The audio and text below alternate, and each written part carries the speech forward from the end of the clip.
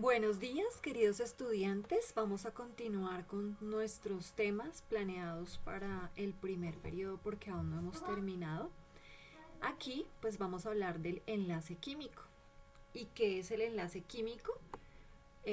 Aquí vemos ejemplos. El enlace químico es la fusión entre átomos de diferentes elementos o del mismo elemento. Entonces aquí vemos átomos representados con diferentes esferas. Lo que me indican es que aquí vemos una unión entre diferentes átomos. Aquí vemos también unión entre átomos de carbono e hidrógeno. Aquí vemos también un enlace, ¿cierto? Un tipo de enlace, pero vemos que solo son átomos de cobre. Y aquí vemos dos átomos, también átomos de carbono e hidrógeno. ¿Listo? Entonces, cuando me dicen qué es un enlace químico, tengo que entender que es la unión que hay entre átomos iguales o átomos diferentes, ¿sí? Es la unión de moléculas, ¿cierto? Entonces aquí, por ejemplo, tengo una molécula y cuando se unen muchas de estas, voy a formar un compuesto químico. Aquí tengo iones, ion cloro, ion sodio. Entonces también cuando se une el ion sodio y el ion cloro, se forma un enlace químico. Entonces, los elementos se unen buscando algo que se llama la estabilidad. Esa estabilidad se consigue cuando los elementos tienden a completar esa regla del octeto. Y entonces esa estabilidad hace que se formen compuestos más estables en la naturaleza. Básicamente, como ejemplo, tenemos aquí el sodio, que en el laboratorio ustedes lo alcanzaron a ver, que era un metal brillante, muy brillante, blando. Y aquí tenemos el cloro. El cloro es un gas a temperatura ambiente. Sin embargo, cuando se une el sodio con el cloro, forman esta red cristalina que podemos ver aquí, eh, que son cristales, que si lo vemos en el laboratorio, pues serían unos cristales, ¿cierto? Unos cristales como los que vemos acá, si los pudiéramos ver a un microscopio. Y básicamente estos cristales son la sal, el cloruro de sodio, la común sal de cocina.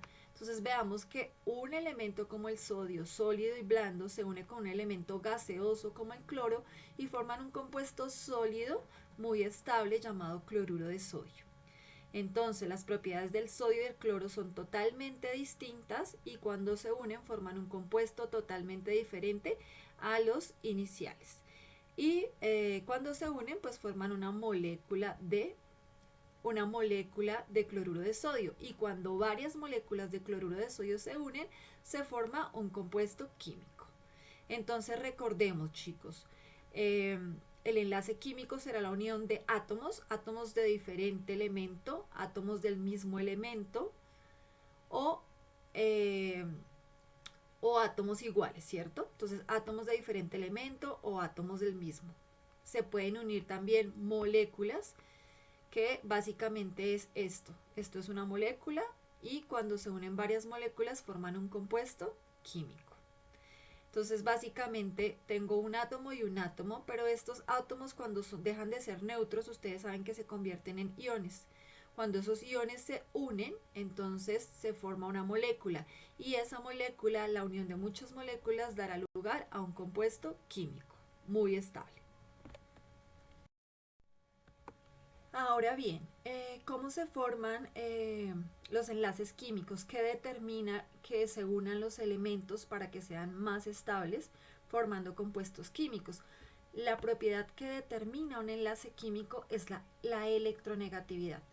Recordemos que la electronegatividad es una medida de fuerza de atracción que ejerce un átomo sobre los electrones de otro átomo. Entonces, habrán elementos que tendrán mayor electronegatividad que otros. Recordemos que esta es la tabla periódica y que la electronegatividad aumenta hacia acá.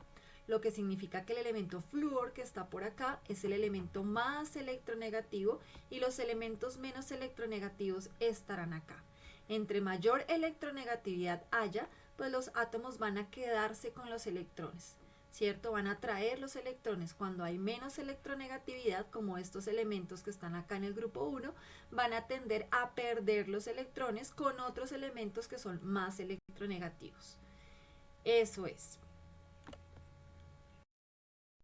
Bueno, aquí vamos a ver la tabla periódica. Nuevamente vemos que el elemento más electronegativo es el flúor y el más electropositivo es el francio.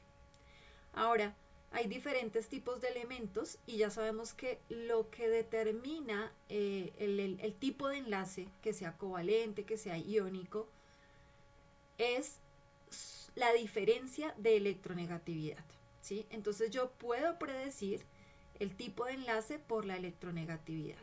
Entonces fíjense que aquí tengo un ejemplo. Cuando tengo un elemento muy electronegativo como el flúor y uno muy electropositivo, voy a tener un elemento iónico. ¿Por qué?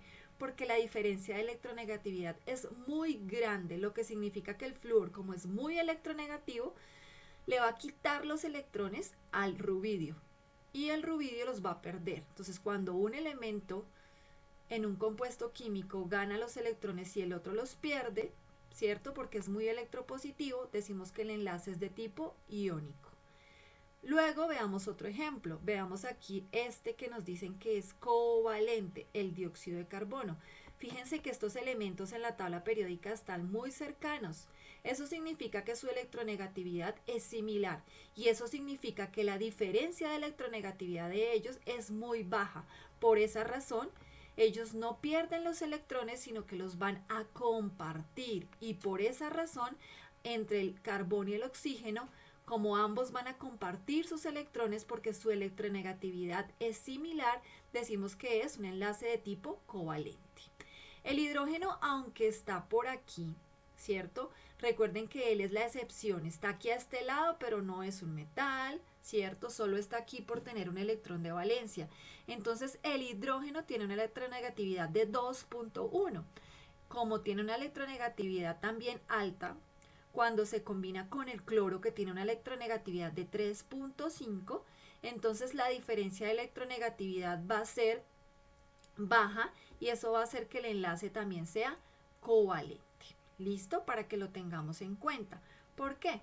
Porque 3,5 del cloro menos el 2.1 me da una diferencia por debajo de unos 7 y eso significa que ese enlace es iónico.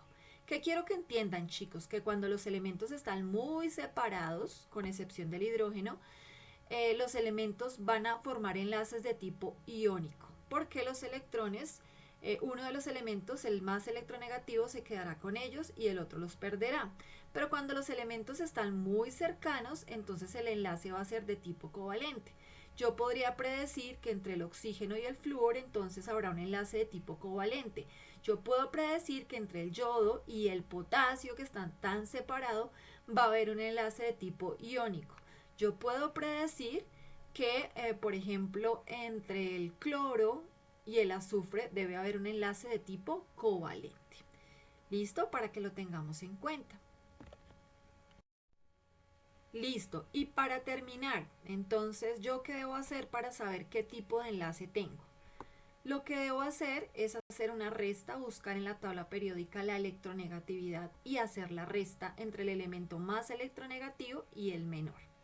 Cuando haga la resta, si la resta me da menor o igual a 0,4, entonces tendré un tipo de enlace que se llama covalente no polar. Cuando esa diferencia de electronegatividad me da entre 0,5 y 1.7, entonces yo tengo que decir que el enlace es covalente polar. Pero cuando es mayor de 1.7, tengo que decir que el enlace es de tipo iónico. Listo, chicos. Ahora vamos a tomar los apuntes.